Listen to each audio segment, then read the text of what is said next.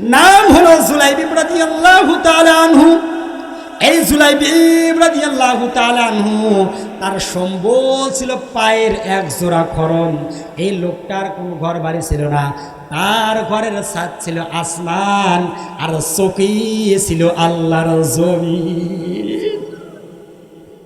এই জুলাইবিব রাদিয়াল্লাহু তাআলা আনহু একদম বেট্টা মানুষ, খাটো মানুষ। আল্লাহর রাসূলের সঙ্গে মসজিদে নববীর ভিতরে নামাজ পড়ে। আমার আপনার পয়গম্বর ডাক দিয়ে বললেন, জুলাইবিব, ও জুলাইবিব, তুমি কি বিবাহ করবে না? এখন তো তোমার বিয়ের বয়স পার হয়ে যাচ্ছে, বিবাহ করবে না? জুলাইবিব কথা বলে, পয়গম্বর, যদি বিয়া করি, বিয়া করব আল্লাহর জান্নাতে। আবার আল্লাহর পয়গম্বর জিজ্ঞাসা করলেন, জুলাইবিব, তুমি কি বিবাহ করবে না? ওই কথাই বলে। তৃতীয় দিন ডাকতে বললেন, জুলাইবিব, তুমি কি বিবাহ করবে না? জুলাইবিব ডাকতে বলে, পয়গম্বর, আপনি তো বিবাহের কথা আমাকে বলেন, কিন্তু আমার তো কোনো সম্বল নাই, এক জোড়া জুতা ছাড়া কোনো সম্বল নাই, আমার কোনো ঘর নাই, বাড়ি নাই, চেহারাটাও আমার তেমন কোনো ভালো না গো পয়গম্বর। আপনি যেহেতু বলতেছেন, আপনি যদি বিয়ার ঘটকালি করেন, তাহলে আমি বিয়াতে রাজি হয়ে যাব। আল্লাহর রাসূল তার বিবাহের ঘটকালি করবে। আল্লাহর রাসূল ডাকতে বললেন, জুলাইবিব, আমার আনসারীর একজন মেয়ে আছে, যাও ওই বাড়ির মধ্যে তুমি যাও।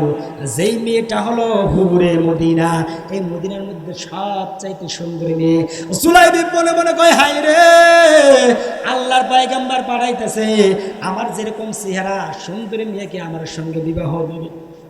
জুলাইবিব বললেন, পয়গম্বর বলছে যেতেই হবে। এবার যখন চলে গেছে বাজান রে, চলতে চলতে বাড়ির মধ্যে সালাম দিছে, আসসালামু আলাইকুম ইয়া আলাল বাইত। আনসারী সাহাবা যখন বাড়ির মধ্যে থেকে বের হয়েছে, আমার আপনার পয়গম্বরের সাহাবী জুলাইবিব ডাকতে বললে, বাজান গো, ও বাজান, আপনার নাকি সুন্দর একটা মেয়ে আছে, আমার সঙ্গে বিবাহ দেওয়ার জন্য পয়গম্বর পাঠাইছে। সুবহানাল্লাহ বলেন। এবার এই ব্যক্তি বলে, হাই হাই, এই যে তোমার যেই রকম চেহারা, নাই তোমার কোনো অর্থ সম্পদ, আগে একটু মেয়ের মায়ের সঙ্গে বুঝতে হবে। কথা বল নাকি? এই বাংলাদেশ 95% মুসলমানের দেশ, কিন্তু আমরা পুরুষরা কিন্তু স্ত্রীর কথা ছাড়া চলতে পারি না। মানে বলা হয়েছে, স্বামী হলে ওই স্বামী হলো জোগালিয়া আর স্ত্রী হলো হেড মিস্ত্রি, এরকম অবস্থা না বাজান? হাসেন না, বাস্তব কথা আমি বলতেছি, যুক্তি ছাড়া আমি কোনো কথা বলি না। কথা বলেন ঠিক কি না? এখন শিবগঞ্জের কি অবস্থা আমার জানা নাই। এবার বললাম, আমার স্ত্রীকে বলতে হবে। এবার যখন স্ত্রী চলে আসছে, আসার পর দেখতেছে, হাই রে, এরকম ছেলের সঙ্গে আমার মিয়া বিবাহ দেবো না, আমার মেয়ে কি বেশি হয়েছে নাকি? এবার মেয়েটার দরজার কোণা থেকে শুনেছে, হাই রে, আল্লাহর রাসূল পাঠাইছে, আর আমার বাবা এই ছেলেটাকে ফেরত দেয়। এবার মেয়েটা ডাকতে বলে, বাবা গো, ওই ছেলেটা বিবাহ করবে, কে পাঠাইছে? বলে, আল্লাহর রাসূল পাঠাইছে। বাবা, তুমি কি জানো না আল্লাহর রাসূল বলেছেন, লা ইউমিনু আহাদুকুম হাত্তা ইয়াকুনা হাব্বা ইলাইহি মিন ওয়ালিদিহি ওয়া ওয়ালাদিহি ওয়ান নাসি আজমাইন। ততক্ষণ পর্যন্ত একজন মানুষ পরিপূর্ণ ঈমানদার মুমিন হতে পারবে না, যতক্ষণ পর্যন্ত আল্লাহর রাসূলকে ভালোবাসতে না পারবে। নিশ্চয় তুমি যদি নবীর বড় সাহাবী হও, আর তোমার দ্বারা যদি আমার নবী মনের মধ্যে কষ্ট পাই, তুমি মনে রাখবা বাবা, তোমার জন্য আমার আল্লাহর জান্নাত হারাম হয়ে যাবে। এবার মেয়েটা বলল, বাবা আমি রাজি আছি। বাবাও বুঝতে পারলো, হাই রে, মুহাম্মাদের কাছে যদি বলে না আমি রাজি নাই, তাহলে আমার অবস্থা খারাপ হয়ে যাবে। এবার বললেন, মা গো মা, আমি তোমার সঙ্গে বিবাহ দেব। এবার যখন ছেলেটার সঙ্গে বিবাহ দিয়ে দিল, বিবাহ পড়াইছে আমার পয়গম্বর, জোরে বলেন সুবহানাল্লাহ। এবার যখন রাত্রিতে তারা স্বামী স্ত্রী ঘরের মধ্যে গেছে, ঘরের মধ্যে যাওয়ার পরে কে যেন একটা সাউন্ড দেয়, কে যেন এরকম ভাবে যাইতে যাইতে আওয়াজ দেয়, আন্নাফির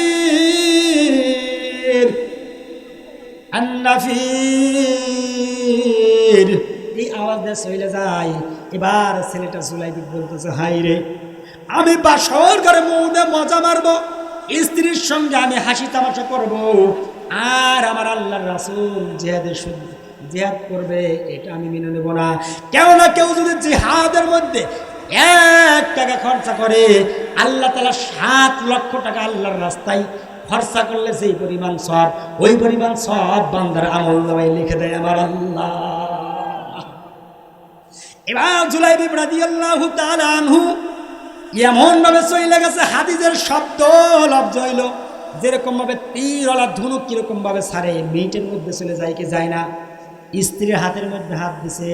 আর মেয়েটা এমন একটা সুন্দরী মেয়ে, হুরে মদিনা, মদিনার মধ্যে সবচাইতে সুন্দরী মহিলা, নিগ্র একটা ছেলে, সুন্দর যদি মেয়ে পাই, ওই মেয়েটা কি ছাড়বে?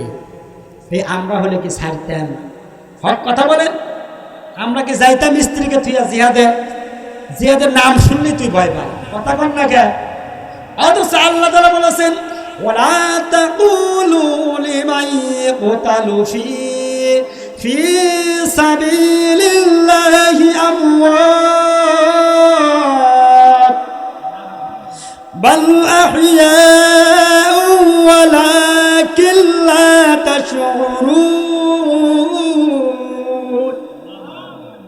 আল্লাহ তাআলা বলছেন, যারা আমার রাস্তায় জীবন দেয়, যারা আমার রাস্তায় শহীদ হয়, তাদেরকে তোমরা মৃতও বলো না, তারা হলো জীবিত, কিন্তু তোমরা তা জানো না। সুবহানাল্লাহ বলেন। আমি আল্লাহ তাদের কবরের মধ্যে খাবার পৌঁছায় দেই। সুবহানাল্লাহ বলেন। এবার জুলাইবিব রাদিয়াল্লাহু তাআলা আনহু যেই রকম ভাবে তীর ধনুক চললে যেই রকম ভাবে দ্রুত গতিতে চলে যায়, স্ত্রী হাত ছাইড়ে দিয়ে যুদ্ধে হাজির হয়ে গেছে। সুবহানাল্লাহ। এবার জিহাদ করতে করতে, যুদ্ধ করতে করতে জুলাইবিব রাদিয়াল্লাহু তাআলা আনহু 7 জন কাফেরকে দুনিয়া থেকে বিদায় করে দিয়েছে, হত্যা করছে। জোরে বলেন সুবহানাল্লাহ। এবার যখন যুদ্ধ শেষ হইয়া যায়, আমার আপনার পয়গম্বর ডাক দা বললেন, সাহাবীরা রে, কই কই সাহাবীরা কই? এবার যখন সাহাবীদের লাশগুলোকে একত্রিত করা হইল, আমার আপনার পয়গম্বর ডাক দা বললেন, কই রে আমার জুলাইবিব?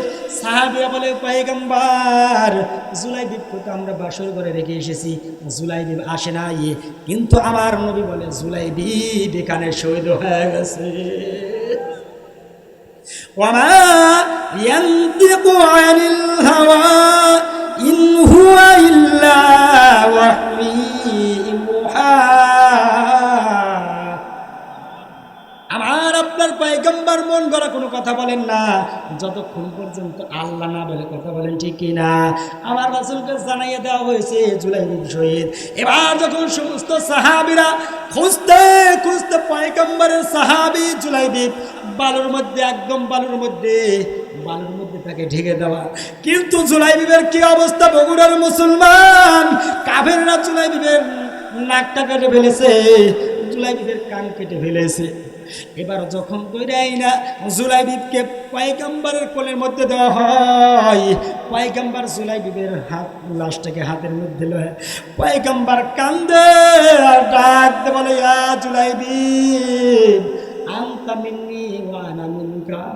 হে জুলাইবিব, আমি তোমাকে তুমি বিবাহ করব না, আমি রাসূল তোমাকে বিবাহ পড়াইলাম, আমি রাসূল তোমাকে বিবাহ পড়াইলাম, তুমি আমার জন্য জীবন দিয়েছো, তুমি আল্লাহকে ডাক দা বললেন, ইয়া জুলাইবিব আনতা মিন্নি, আল্লাহ জুলাইবিব আমার, আল্লাহ এই জুলাইবিব আমার।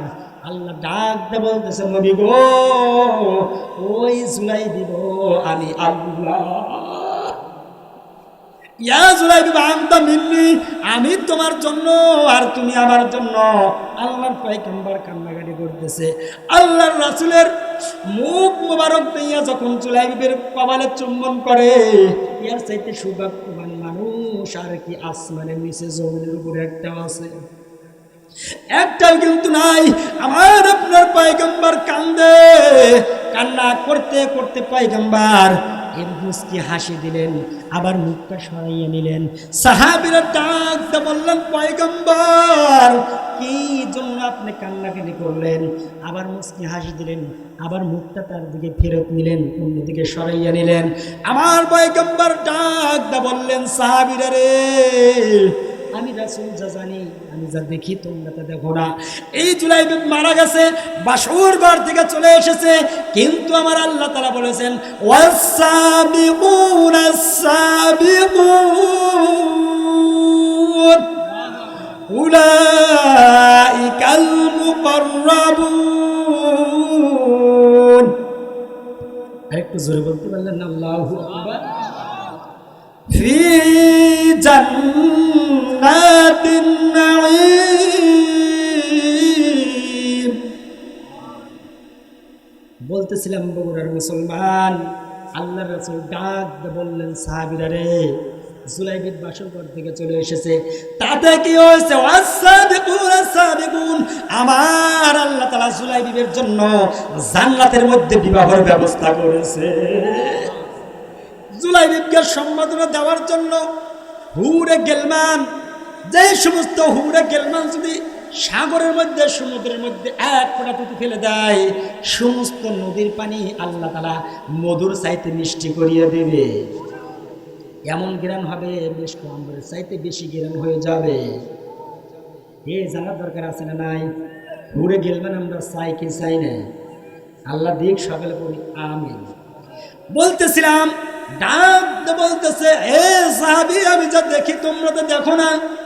আমার জুলাইবিব যেহেতু দুনিয়ার থেকে বিদায় হয়ে গেছে, শহীদ হয়ে গেছে, জান্নাতের মধ্যে আল্লাহ তার বিবাহের আয়োজন করেছে। সুবহানাল্লাহ বলেন। এ যুবক ভাইরা, আপনারাও যদি আল্লাহর জন্য জীবন দিতে পারেন, আল্লাহর রাস্তায় জীবন দিতে পারেন, আল্লাহ আপনাদের জন্য জান্নাতের মধ্যে হুরে গেলমান দিবে। জোরে বলেন সুবহানাল্লাহ। এবার বলতেছিলাম যুব সমাজের মাহফিল, আল্লাহর রাসূল বললেন এবার জুলাইবিবকে যখন নেওয়ার জন্য ওই জান্নাতি মহিলারা হুরেরা তাকে সম্বর্ধনা দেওয়ার জন্য আসতেছে, এগিয়ে আসতেছে।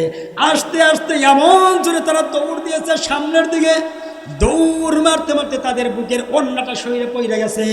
আমি রাসূল লজ্জা পাচ্ছি, শরম পাচ্ছি, যার কারণে মুখটা সরাইয়ে নিয়েছি। কথা কি বোঝা গেল বাজান? সেই জন্য যারা আল্লাহর রাস্তায় জীবন দেয় তারা কিন্তু মরে না, তারা হলো শহীদ। কথা বলেন ঠিক কি না? সেই জন্য যুবক ভাইরা, আপনাদের যদি নবীর মুহাব্বত অন্তরের মধ্যে থাকে, আল্লাহ তাআলা বলছে লাকাদ কানা লাকুম ফি রাসূলিল্লাহি উসওয়াতুন হাসানাহ, তোমাদের জন্য উত্তম হলো মডেল হলো আমার নবী। নবীকে যদি পায়ের চুলের থেকে মাথার পায়ের পাতা থেকে মাথার চুলের আগ পর্যন্ত ফলো করো, আল্লাহর রাসূলের শাফাআত ইয়াউমাল কিয়ামা সুপারিশ করিয়া আমার যুবক ভাইদেরকে জান্নাতে দেবে।